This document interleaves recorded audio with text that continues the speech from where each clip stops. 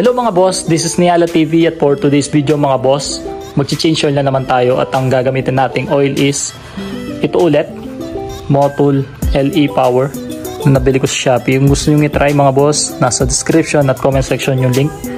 Tapos gagamit tayo ng Yamalube na 100 ml na gear oil.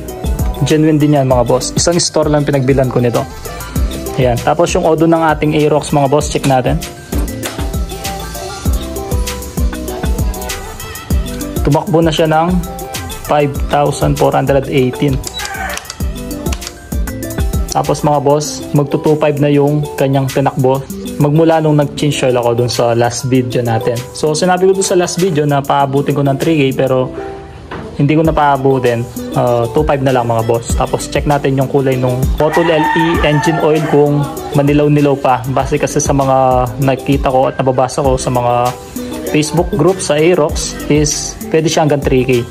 So dun sa 2.5 susubukan natin kung totoo nga ba yun. Dito malalaman natin pare-pareho kung goods na goods tong ating ginagamit na oil na Motul LE Power. Tapos kinaganda nito mga boss, smooth talaga sa makina, legit, goods na goods. Change oil ko muna tong aking Aerox V2 mga boss. Let's go! Baklasin ko muna yung drain plug mga boss. Size 17mm, isang torque wrench.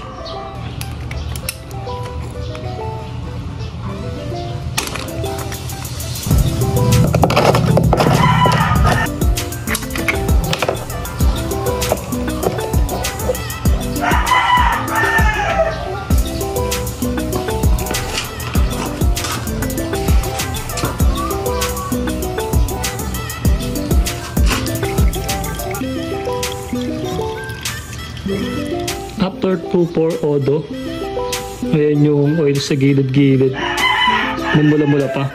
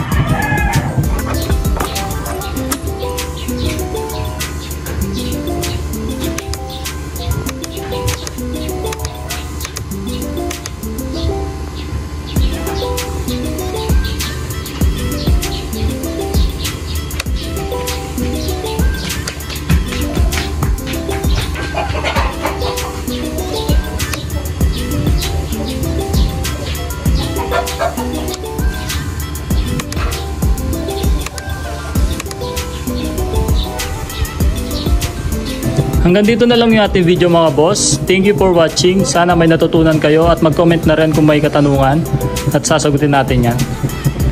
Yun lang mga boss. Please subscribe, like, and share this video. Bye!